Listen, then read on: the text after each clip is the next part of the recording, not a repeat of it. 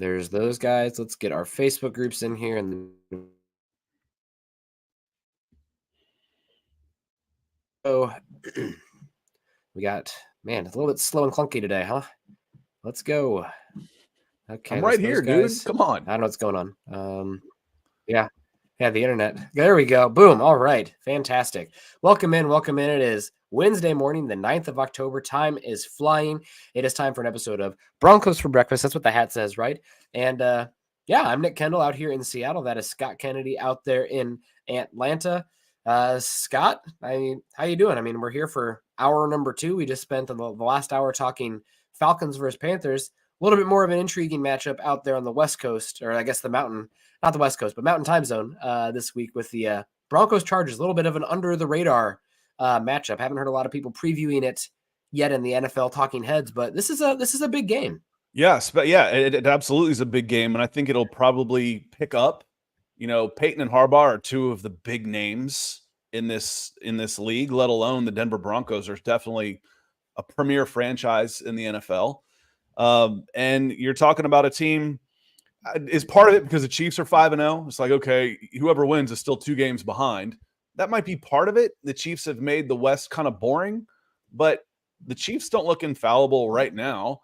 And the winner of this game is looking really good for a playoff spot coming up already. They're in, I'm going to say, the driver's seat, but yeah, whoever wins this game is absolutely thinking playoffs. Yeah, I feel like the NFL talking heads of the AFC, they talk about the same teams every week. And now, granted, they must be driving ratings, but it's Chiefs, of course. Oh, what's the Chiefs offense? Why are they bad? You got Houston Texans. Everybody loves CJ Stroud. I mean, he's playing unbelievable football, Scott. Ravens, Bengals, Steelers, Bills. Rinse, wash, repeat. Everybody else, Miami's kind of fun to watch just because of the chaos there. But Denver is kind of in that middle right now where they're not a train wreck. So people are talking about them, but they're also not dominating teams totally. But we're starting to get some respect on the defense. There's a little bit of Bo Nix stuff here and there. But Denver seems to still be not trusted, which, I mean, rightfully so, right? There are a lot of questions. The offense hasn't been very good. 5-game sample size is not a lot. They have that Tampa Bay game. I mean, the further we get away from it, looks more like oh, wow, that was a hell of a statement game. But is it an outlier? Is that, or like Dallas versus Denver 3 years ago now? Or is that the norm?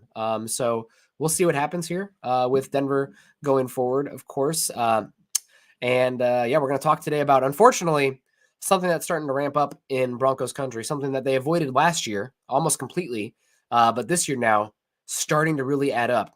Injuries on the offensive line. We've had 4 contributors on the offensive line get injured and have missed time / will miss time, and really adding up at the offensive tackle spot, unfortunately for Denver. So we'll get into that. How can Denver kind of mitigate the loss of the offensive line talent going up against, I mean, everybody's surprised about Denver's defense, but at least they're talking about it. Looking at the numbers for the Chargers defense, they are just as good statistically as Denver has been this season. Now, granted, with a caveat, who they've played, blah, blah, blah. But 2 common opponents with Denver, and they are neck and neck with Denver in terms of the efficiency. Chargers, God, that's crazy, Scott. They have the exact same EPA per play so far this season at negative 0.185. So maybe nobody's talking about this game too, because it's going to be the first one to 10 points wins, and that doesn't really move a lot of people unless you're a degenerate Iowa Hawkeye Big Ten fan like myself. Well, I don't mind, an old school SEC guy here. I don't mind a good pitching battle. Yeah, me neither. There's a difference between good defenses and bad offenses. Yeah. Watching penalty after penalty and sideways throwing, that makes me, well, I'd say bang my head against the wall, but I don't bother anymore. I just turn the channel. But watching, I remember that it was that LSU Alabama national championship game, and it was super low scoring. And my West Coast people are saying, oh, we're making fun of it like this. There was something like 42 players ended up getting drafted that were on the field that night. I mean, that was defense. That was defense flying around. Again, we've talked about it before. Who are these Chargers? We got a pretty good idea who the Denver Broncos are right now, how they're going to try and win games. They're going to try and be uber safe with the ball, take advantage of field position, hit a big play now and then, run the ball when they can, and rely on their defense. It's worked really well so far. The Chargers, dude, you mentioned they played. Okay, they play the Raiders. The Raiders are a train wreck. We know that. The Panthers are even worse. The Panthers are absolutely a train wreck. And it was Bryce Young. The Steelers can't play any offense, and the Chiefs just go beat you. Yeah. And to add to that, the Chiefs lost their only really serviceable pass catching weapon so far this season, 5 offensive snaps in. So they were definitely spinning on that one, because when the offense, let's be real, what the Chiefs have done this year, the entirety of the offense, pass offense, ran through Rashee Rice, and then you lose him for a game. Travis Kelce looks, I don't want to say washed, because I mean there's really no good tight ends this season, but he looks average. He just looks like another garden variety kind of guy right now. Maybe they'll unlock him in the playoffs, but he just looks pretty mediocre. And Worthy is like a really good 3-point shooter, where you can't like run the entire offense through him, but he's creating space for others. But you got to have the others to take advantage of the space. So the Chiefs offense is weird. And to add to the Carolina game, Scott, that was Bryce Young's final start too. So it's not Carolina with Andy Dalton just having like a level of competency out there. That was a horrific, this is over, 2 starts into his second year kind of thing. So Chargers defense is really good right now, but the sample size is small, and we'll see. Granted, Denver is not really a murderer's row offense to go against either right now. Mike Gibbons coming in 49.99. My goodness, Mike coming in before the show even starts, giving us the big support. We appreciate you so much coming in, Fuchsia. That's so generous, Mike. We really appreciate you so much. I can't tell you how much it means when you come in, when you hit the enter button and we go in the green room, and you see the conversation that's already going on, and you see something like what Mike has done. And Troy, we're going to get to you as well, because Troy's in but first. And it's just, it's humbling. I've said that up. It's a word that I've used. And I had somebody one time say, you make too big a deal about people giving you money. I'm like, you try and do this. Yeah. You come up and do what you love doing and have someone pay you directly for it. It's humbling. Thank you. Yeah. Thank you very much. Yep. And also, I know we have more super chats, but I want to get to David here. I see my comment was taken down. It must be a YouTube StreamYard thing. I didn't touch anything, David. Yeah, we haven't done anything. I don't know. I know that I believe you're in close to the hurricane path there, David. So thinking of you, but we didn't mess with it. I look on the YouTube side every once in a while. It will say held for review, and in the mornings we don't have anybody reviewing comments. So it's just it's a software thing. So apologies. Yeah, put it back in here. I don't know, but I mean, yeah, David, I haven't ever seen you say anything that was worthy of a delete. No, absolutely not. If anything, amplify it. Appreciate you, David, coming in. We got Troy coming in, $9.99. Thank you so much, Troy. It was really great to see you again at the meet and greet this year, and your son as well. So, man, how things have changed since that 0-2 start. Vibes. It's really, Scott. I mean, just a sidebar before we get to Troy here. That's one reason I say it's hard in the moment not to get this way, but try not to get too high or too low, because it is such a week-to-week league. Mm-hmm. I mean, really, Denver right now, we're going to the playoffs. Sean Payton, heck yeah. We're 10 days away from, oh man, is Bo Nix a bust? The defense was fake, blah, blah, blah. I mean, it's just, it's the roller coaster, right? It's one reason it's like, okay, breathe, step back. What does the overall sample say as it gets bigger? We can look at the trends, but week-to-week league. So much. So, I mean, heck, the Saints 2 weeks in, we're making jokes because New Orleans hasn't had a murder for the first time in 20 years in like a 2-week span. Clint Kubiak saved the city, right? Something crazy here. I'll give him the key to the city, future head coach. Now they look, kind of circling the drain a little bit. It is so week to week. So we'll see what happens. Denver's on a 3-game streak, but a lot of football to go. Not too high, not too low, but always getting me high. Troy says, hey guys, so much roster flux yesterday. Can you break down what happened and what it likely means for Sunday? Also, when our players coming off IR, have a great show. I think McGlinchey is not due until after this week's game against the Chargers. I think it's 4 weeks on the IR, but he suffered an MCL sprain. So, I mean, is he going to be available for a road trip, quick turnaround week in New Orleans? I don't have the medical information. Maybe we'll get some information from Sean or anything this week, but I would say not probable based on the injury. I mean, it's luckily not season ending. Palczewski, with everything that happened, I would be pretty shocked if we didn't see him end up on IR before the game Sunday. And I have not heard much of anything from Wattenberg. So again, we're we're going to get some injury reports coming out today. But I think that, Palczewski, I think, is going to miss time. McGlinchey is probably still 2 games away, I would assume. And Wattenberg's not been great, but I mean, he beat out Forsyth, who was also not great. So with a rookie quarterback, you don't want to mess with that chemistry too much, even though the snap exchange last week, we had a botch. But we'll see what happens with the IR. Yeah, and Garrett Bowles has been banged up a little bit too. Did you mention Bowles? He came back in, so I was assuming that okay, he's I couldn't remember for sure. Yeah. But again, talking about, you don't expect the team to go a full year with the offensive line staying healthy for the full season, but you also don't expect to start losing everybody either. So yeah, they signed a couple of guys that have some experience. The Cam Fleming's probably the one. Cam Fleming's done a good job when he's been with the Denver Broncos, and that's all you need right now. You just need competency. That's a word we use a lot on here. You know, Chad's like, we're going to redo our intros and exits. And Chad's like, well, what are some of your catchphrases? So I'm like, show me the data. What are some of the things I say all the time? There's a lot of them. But competency. With a small enough sample size, I can prove anything. Yeah, that's the one. That's one. Yeah, that's the one I got. Cherry picking stats. That's always a favorite. But Fleming's done a good job here. And the thing is, you're not beating people because of your offense. So a little bit of a drop off from 26 to 28 in your numbers because your offensive line takes a little bit. That's okay. Take care of the ball, you know. And Sean Payton, again, uber conservative through the first several weeks of Bo Nix's tenure, where it's, I don't want him getting sacked and I don't want him turning the ball over. Now he's still throwing some interceptions here and there, but so much of the side to side quick pass, it's the ball. Bo Nix, Nick. One of the reasons his sacks are so low is because he's been playing hot potato.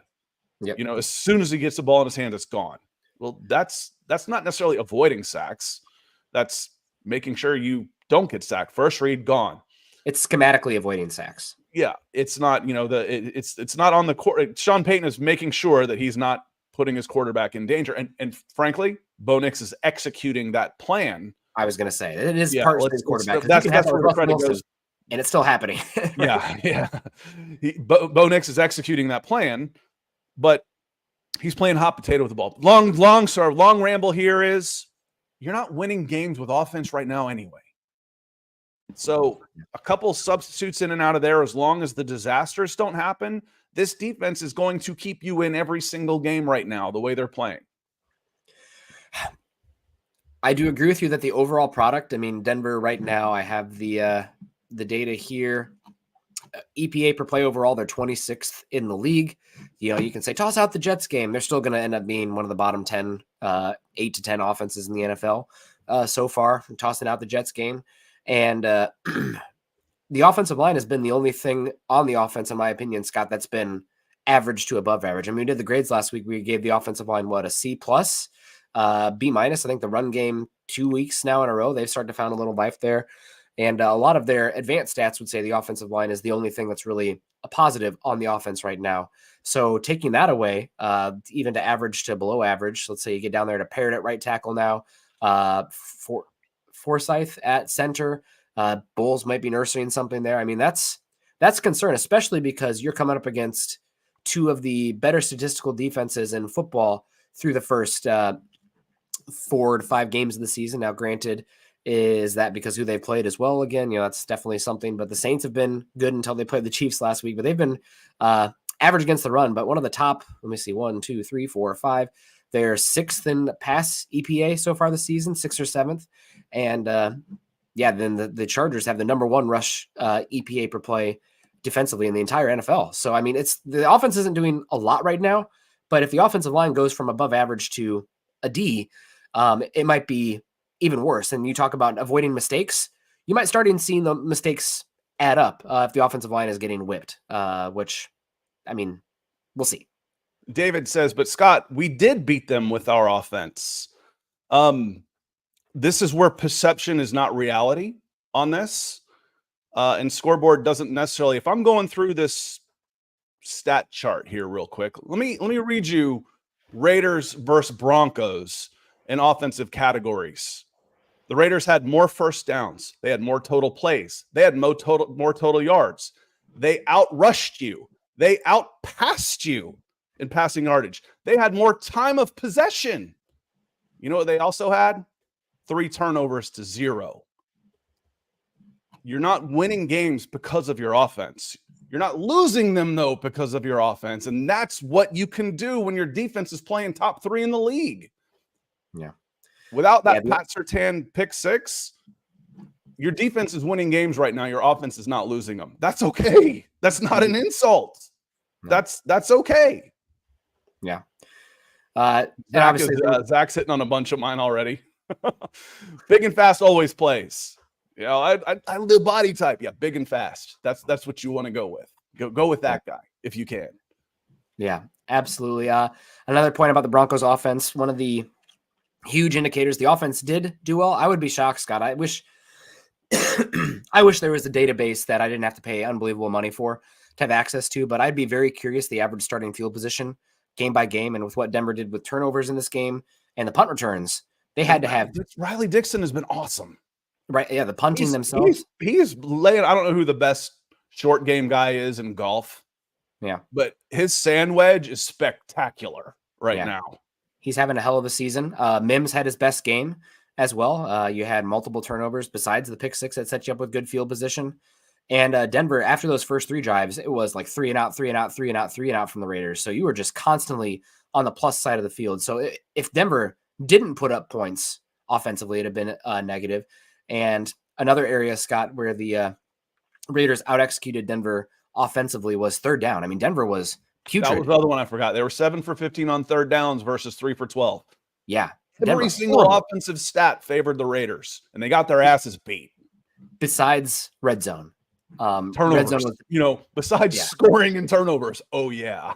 Yeah. I mean, Denver, to be fair, when they got down there, they scored touchdowns. And in a game, in the NFL, in college, maybe that doesn't matter as much if you're overwhelmingly talented. In the NFL, if you're keeping them to get field goals and you're scoring touchdowns when you're in the red zone or goal to go, that's huge. So that was one area that was really excited to see from Denver. Some good playmaking. And I think Nix's best throw of the day was that touchdown to Reynolds. So, there is positives there, but Denver's, like as you said, they've been doing enough to not lose games. That said, if the offensive line takes a step back, playing better defensive fronts, you're in third and long more often, you're not flipping the field as much, and you're in more risky positions throwing the football if you're behind the sticks. So it's worth mentioning. I think that, again, you mentioned Denver has been losing the game offensively.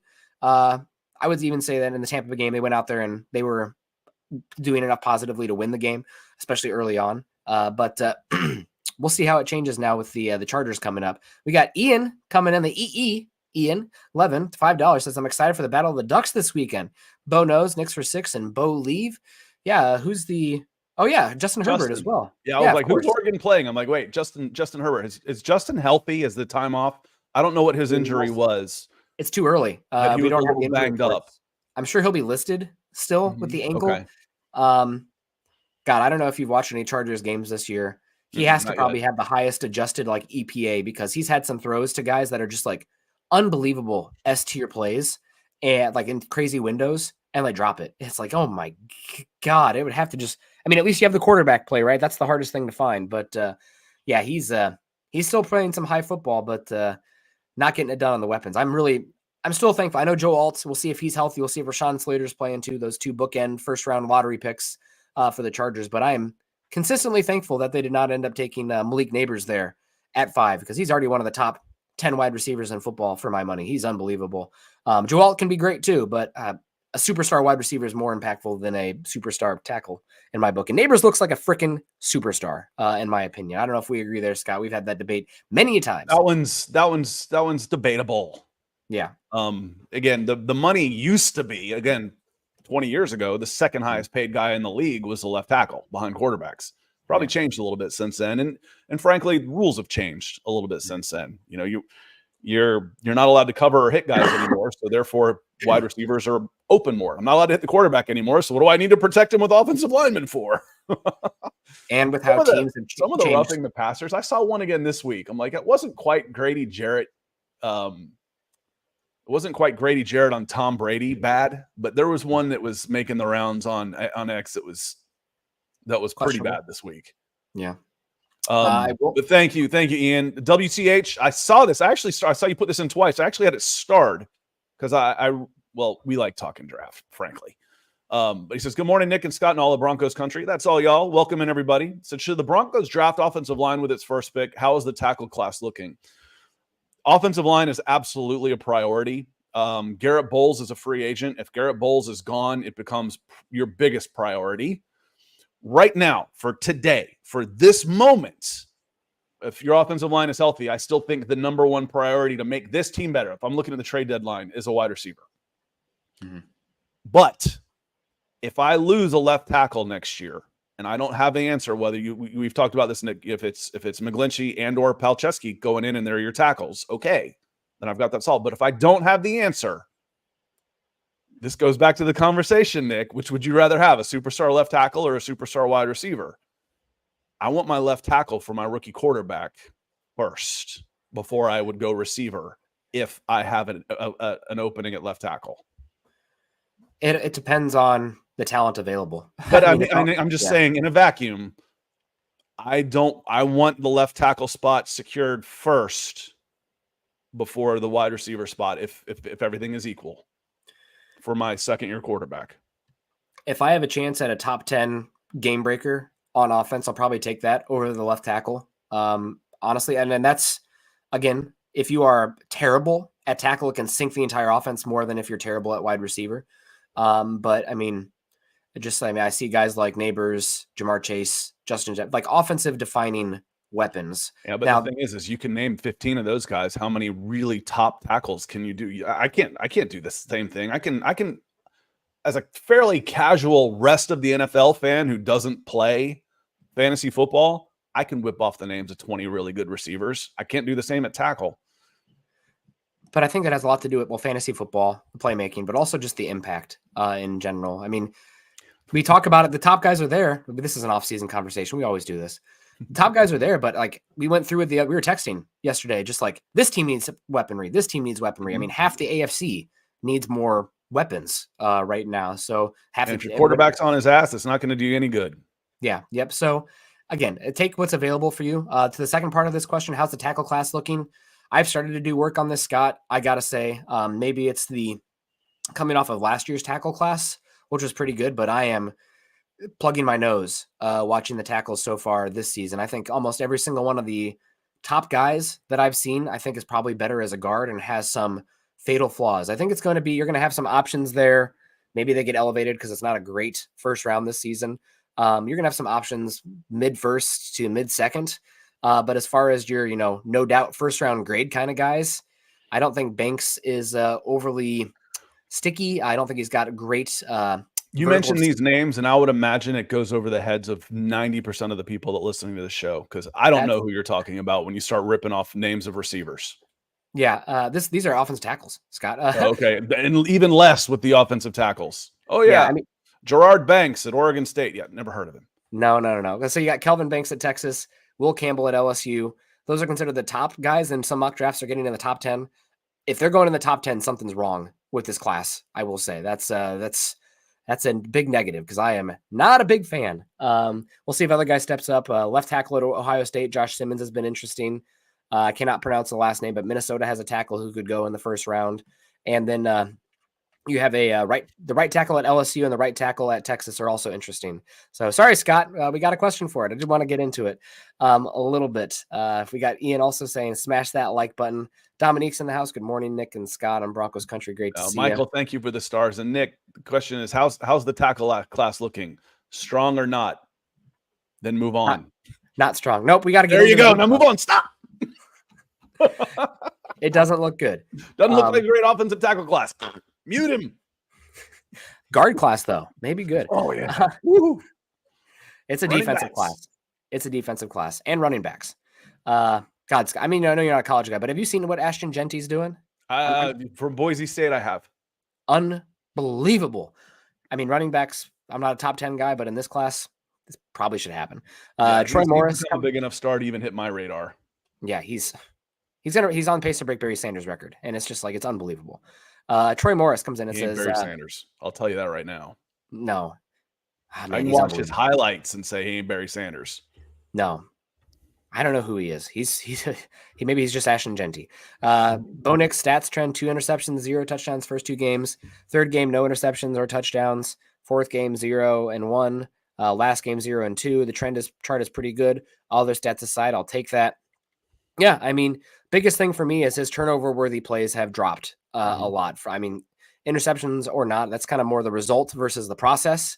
And the process, the turnover-worthy plays, the ones where he's throwing downfield and it's like very much in harm's way, I feel like in the last 3 games have dropped compared to the first 2. So we'll see if that trend continues because, again, the sample size is still pretty small. But that's a big positive for sure, because before, anytime it was going past 5 air yards, 10 air yards, it felt like the defense had a real chance to take it away. And that hasn't really been the case the last 3 weeks. The patience are there. We say trust the process. Well, that goes with the quarterbacks too, young quarterbacks especially. You don't always have to make the killer throw. Yeah. And as bad as the Broncos offense was in the first half of the game, they were in the game. And then they're like a boa constrictor where you squeeze them and you let that team kind of implode and then shots open up. Things start opening up. The running game starts opening up. Javonte Williams starts running like a man possessed and punishing people. Starts opening things up. Be patient. Be patient, Bo. And we've seen that. Absolutely improvement from which, hey, who'd have thunk it? Improvement from week 1 to week 5.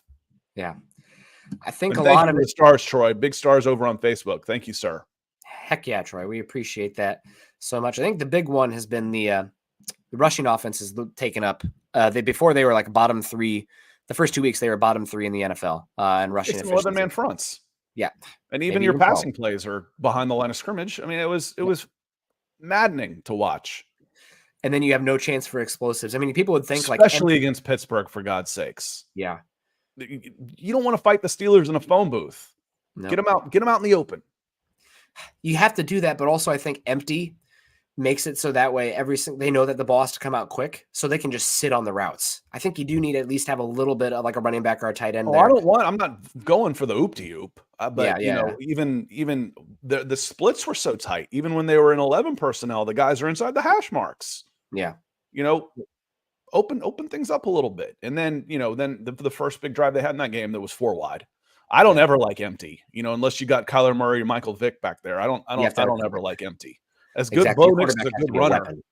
I don't want him to be the only running threat back there. Yep. Yeah, I'm with you. Lamar Jackson, I'm okay. You want to go empty? Okay. Yeah. Bo's a good runner. He's not elite. Yeah. Yep. It can't be it can be a addition to the offense, but it can't be the offense. Coach Chris coming in. I've spent my weeks watching the Raiders podcast. The meltdown is epic. I'll take the win regardless of the stats. My heart goes out to all those affected by Hurricane Helene and now Milton. Be safe out there. Love you guys. Yeah, we're getting pounded right now. I know like FEMA's spread out as well. Luckily they have because of forecasting and everything, we know it's coming. So people have a chance to get out of there and things can be set up. I mean, I don't know if you've seen the pictures of like all the power line cars with the cart. I don't know what those are called, but they're just lined up, waiting, ready to get in there. I can think of a sky bucket. I know that's not right. They're ladder. I don't remember what they're called. They're ladder buckets or something. I can't remember what they're called either. Well, God bless the tree crews and everybody waiting. I mean, it's horrific that this is happening, but also being a time where we know it's coming and we can like prepare for immediate response. But for the people who can't leave due to financial reasons, people who are incarcerated, people who are hospitalized, the essential workers that can't leave. I mean, really thinking of them. It's crazy. Like Tampa Bay's main hospital, Scott, is on like a little island at sea level out there with this. I mean, it's just like, oh my God, that might need to be changed. I don't know what you can do out there, but it's going to be horrific. The infrastructure, the damage is going to be unbelievably costly. We need Congress and people to step up and be ready to help. But yeah, Chris, thank you for the good wishes here. Yeah, it is crazy to watch it happening, and we're just all hoping for the best. So yeah, appreciate you, Coach Chris, for stepping in. I got a lot of family and friends down in that area, and we checked in with all of them. Hey, do you need to come up? Do you what are you doing? You okay? And everybody's kind of hunkering down and hoping for the best right now. So appreciate you, Chris. coming in and helping us out as usual. Big friend of the show. Yeah, we got Jermaine coming in. Also, trade deadline. Denver fans are thinking about trading. Trade deadline got pushed back a week this year, I believe, because of the election. So is Denver, I think Denver right now is probably looking around the league and interested in maybe adding a running back, a tight end, a wide receiver. That's certainly possible. I think Denver traded for a tight end in season. They got Vernon Davis one of those seasons out there in Denver. But yeah, I think they're looking. These next 2 weeks are going to be highly impactful. If you go 3-3, you probably want those to keep those picks. If you're sitting there 5-2 and you have a chance to add a difference maker at any of those spots, that'd be great. But yeah, David Njoku, he'd be an interesting one. He's had some really good seasons out there in Cleveland. I don't think with the offense they're running right now is the best for him. He's not a like dominant inline guy, but he's like good enough there that he can play Y and then have some athleticism and dynamism down the field and after the catch. Or a wide receiver there. I mean, Denver right now is really missing a quick game separator. And, Jerry Jeudy, they got rid of him. He's, it's hard to evaluate him in Cleveland. But like maybe we do a swap. Maybe Amari Cooper comes for a 5th round pick. The thing that's hard with this is that we talked about it a second ago. Almost every freaking team in the AFC that are in the same position as Denver of like, hey, we might be feisty, also needs a weapon. Baltimore could use an X. Pittsburgh, desperate for a pass catcher. The Chiefs need a pass catcher terribly. Devontae Adams is out there putting up Edgar Allan Poe Raven pictures. They should make that happen. I don't know, but it feels like the Jets might do something crazy there just to pacify Rodgers, though. You mentioned real quick, Jermaine. I'm with Nick. I think wide receiver, pass catcher. We've said it all along. I think what this team needs the most is another offensive weapon or two, frankly. Yep. But Nick. Couple of players that we have followed closely at the wide receiver. Which 2 free agent contracts at the receivers / trades? Which 2 contracts did we raise our eyebrows at the most this offseason at the receiver position? Calvin Ridley and Darnell Mooney. How about Jerry Jeudy? Oh yeah, Jeudy is. Jerry Judy's extension was $20-something million. Also, the combined record for those 2 teams right now is 2-7. When you do stupid stuff with your money, you play stupid games, win stupid prizes. Who's giving Jerry Jeudy $20 million, and who the hell's giving Calvin Ridley $25 million? Jesus Christ, fellas! Yeah, do you just enjoy pissing your money down the drain? I mean, maybe a little bit, but yeah, no. Then we'll see what happens in the next 2 weeks. $50 million a year for that. People say, "Oh, congratulations on your team." I'm like, dude, I got one team right now, and it's Chelsea, and then my kids. That's it. That's the kind of stuff that pisses me off. That said, I never feel bad about millionaires, billionaires wasting money, especially for the players. I mean, it's stupid. I'm glad they're going to spend it anyway. And think of the guys that didn't get that money that are working their asses off, that are getting cut because. We can save $2.5 million on this guy that's working his ass off, who's made it from the practice squad, because I got to give Jerry Jeudy his 25 and I can't cut him because I guaranteed it. Morons. That's our what money. Gets me fired up is waste and stupidity. That's why I'm such a fan of politics. Kevin, what do you guys think the best possible ceiling for Bo is? Alex Smith? Is that too far? I mean, if you're talking best possible ceiling, I think Alex Smith might even be undercutting it, right? Because out of all the probabilities, he could end up being the greatest of all time still, right? But probability-wise, best realistic ceiling, the ones that we said after he was drafted, and I went back and looked at the film and tried to just visualize it, and also seeing the athleticism be better than I thought it would be. Alex Smith is one that's come to mind a lot for me. Also, Dak Prescott pre-injury.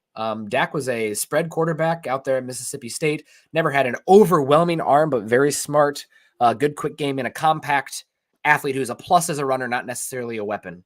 That athleticism early on, helped to do a bunch of different stuff for Dallas.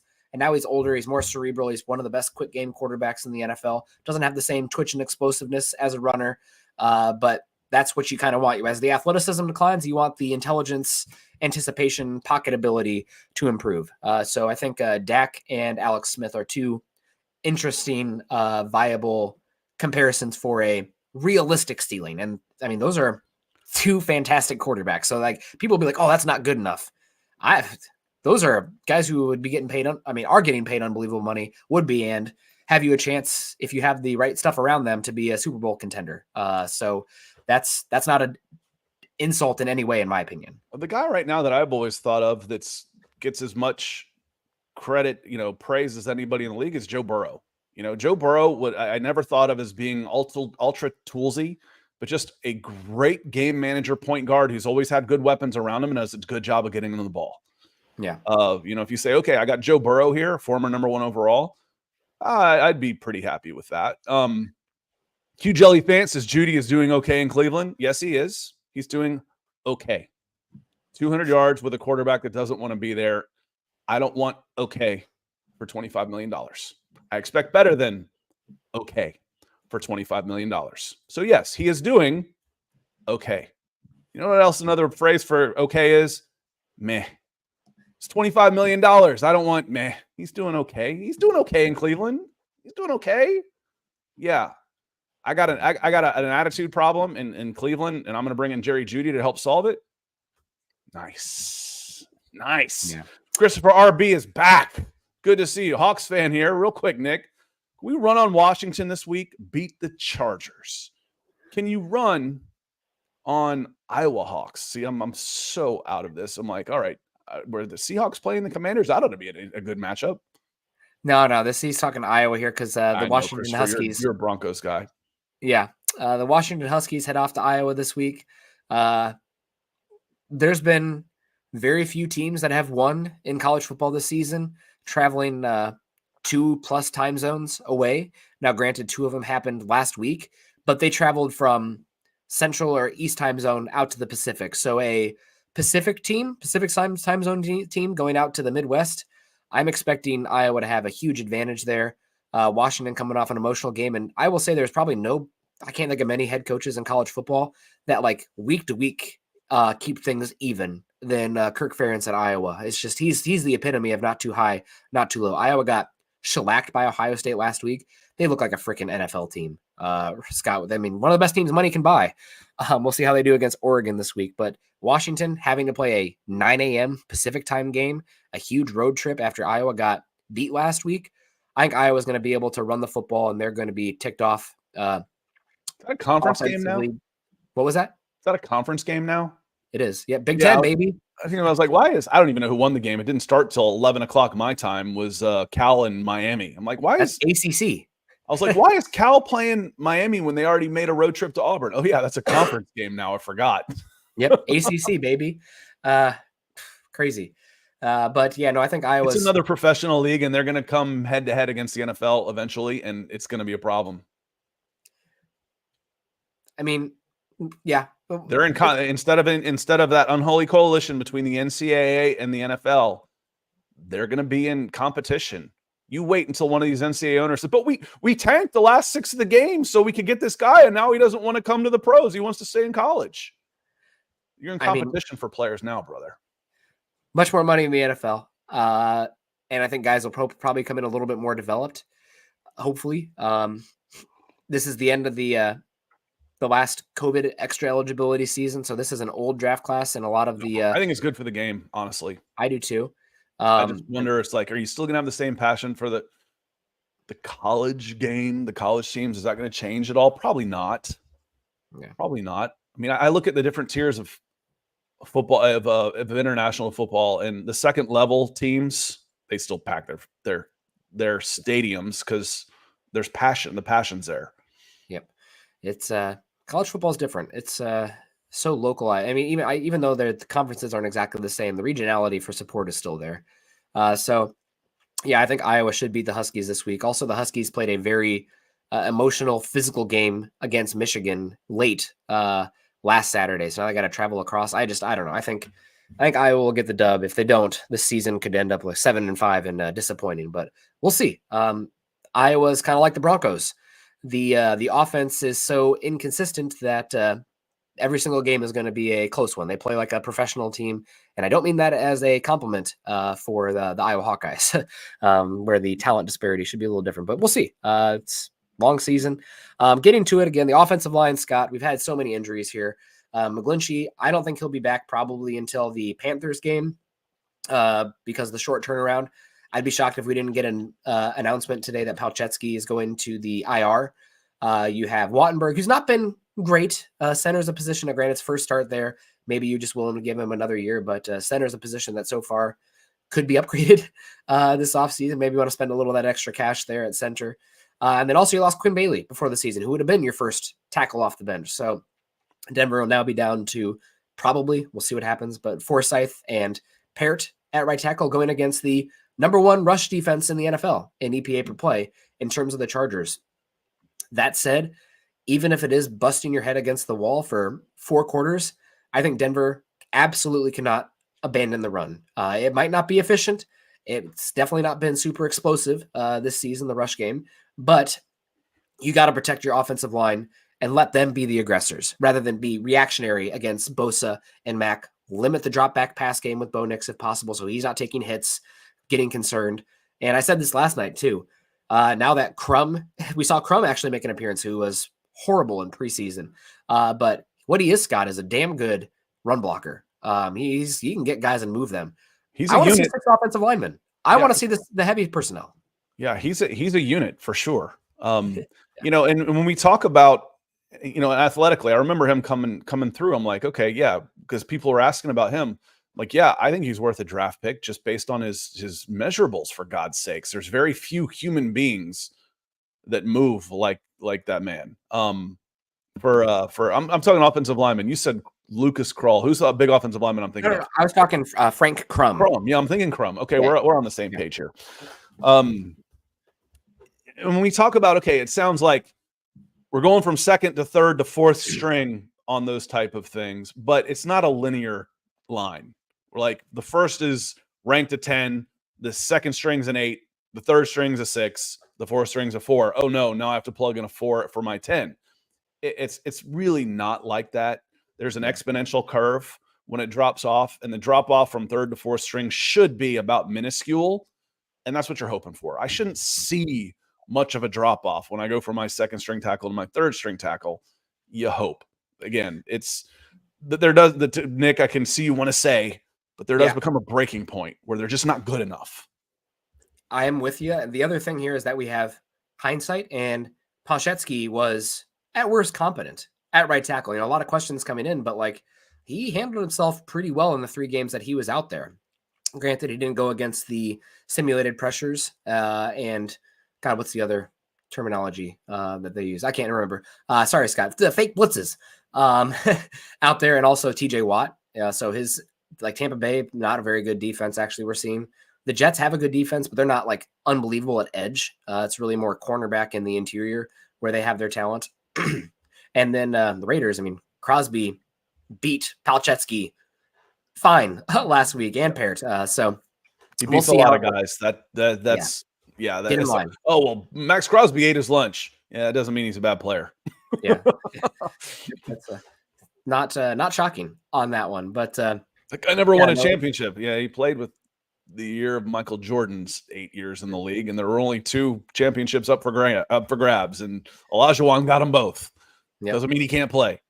Yep. But my thoughts on the offensive line, Scott: protect them by running the football, even though it's matchup wise not great for Denver with how good the Chargers have been. We'll see if that holds. We already talked about their schedule and what that looks like. They have not played many dynamic teams, although Pittsburgh and the Chiefs have run the ball fine. But I think I would use heavy personnel a little bit more, maybe even some of the unbalanced looks too. I've absolutely loved it when they have like a tight end at the left tackle spot and then Bowles at the tight end Y spot on the right side. Now match them up. Just be a little bit creative. Get those run looks going out there. Maybe use some quarterback power as well, and just be the aggressors up front. Now that only works if your defense and special teams are also playing good ball. But this is not a game where if you're dropping back 40 plus times, you are winning, because Bo Nix is going to get hit. And we'll see if Bosa plays. Khalil Mack a little older, but when those guys play, they're still good. So run the football. You gotta stay balanced. The other thing, real quick, I know we're gonna get out of here quickly, and thank you, Michael, for closing us out here before we get going. It's a great show today. Nick and Scott on Broncos for breakfast. It's a little bit of a misnomer to say dropping back. he's not, when he's throwing the ball 40 times, he's not dropping back 40 times. Again, he's playing hot potato 30 of those. He may only drop back to pass and read 10 times in the whole game. That said, I agree with you 100%. And you still have to have a little bit more aggression in your offense. We saw it right away against Tampa Bay and the difference it makes. One of the big narratives that I've seen a lot this week was, can Peyton take the cuffs off, take the training wheels off of Bo Nix now and let's throw down the field. I think we've already seen that. And that the trust factor in Bo Nix to not put the ball in harm's way as much, just don't lose it. The offense is going to keep you in the game. So run the ball, we'll play action, some bootlegs, some RPOs, but you do have to get vertical every so often, or I don't care who you're playing. They're just going to smother you if you're playing behind the line of scrimmage the whole game. Yeah. So, man, God bless everybody who came in today, helped us out. Mike Gibbons, big time. Troy Boer, Ian, relatively new name, but you've been consistent here this week. We appreciate that. Coach Chris, of course, Michael Ronquillo a few times, Troy Morris, Christopher RB, a fellow Iowa / Denver Bronco fan. So you got to be mad with the lack of offense combined with good defense and special teams. But hey, at least we're relevant, right? We're winning some football games. So appreciate everyone come in. Thank you so much. Make sure you're following Scott and I on Twitter. Scott is at Scout Kennedy. I'm at Nick Kendell, MHH. Also follow us at Mile High Huddle over there on Twitter /X. Make sure you're following us at Facebook.com/Mile High Huddle and Facebook.com/Mile High Huddle Pod. As that ticker says there underneath, please subscribe, like, and share over on YouTube. And also, if you guys haven't done so, you listen after the fact or whatever, go to Spotify, Apple Podcasts, find our show, and leave us a 5-star podcast and tell us what you think. I mean, we go check those as well. So appreciate everyone coming in. If you're out there in the path impacted by the upcoming Hurricane Milton, thoughts and prayers and everything with you, man. Godspeed. It is going to be a rough one the next 36 hours, 48 hours. And I mean, more than that because the fallout from it. But any final thoughts, Scott? We have to give a final score prediction real quick because we got to go. With this one, I don't know what to expect from LA. And the injuries, I think it's going to be a close, low scoring game.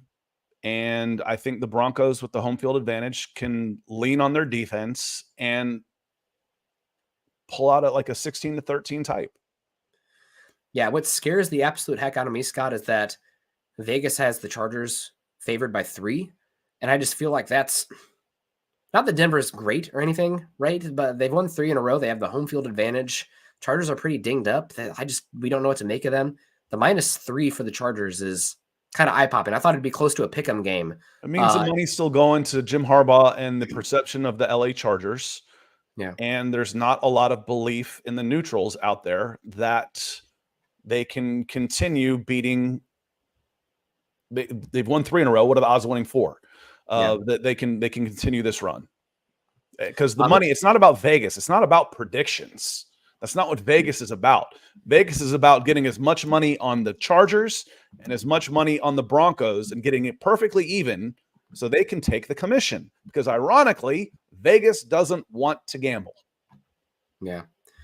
Over under 36.5. So pretty low. Where was I? 19, 30? Okay, 30 and then a garbage touchdown. I'd probably go under, but I wouldn't take that one. Yeah, I'm going to go. I might flip this by the time we do the write-up, Scott. I'm going to go 20-17 Denver. I think it'll probably be a defense is going to have to play a big impact in this one. But Denver needs to protect the offensive line, protect Nix, and run the ball. Even if it's not working, play small ball. Field position, your punting's been good. Your defense has been good. Lean and trust on those units. One thing that scares me about this game, Chargers have been one of the least penalized teams in football. So that's small ball as well. You cannot, have 3-1 penalty yardage against the Chargers. And with how much you play man coverage, chance for big game-turning penalties is out there. So we'll see. Will be interesting. Thank you guys so much. Have a great rest of your day. Have a great rest of your week. Continue to use kindness and compassion. Go Broncos.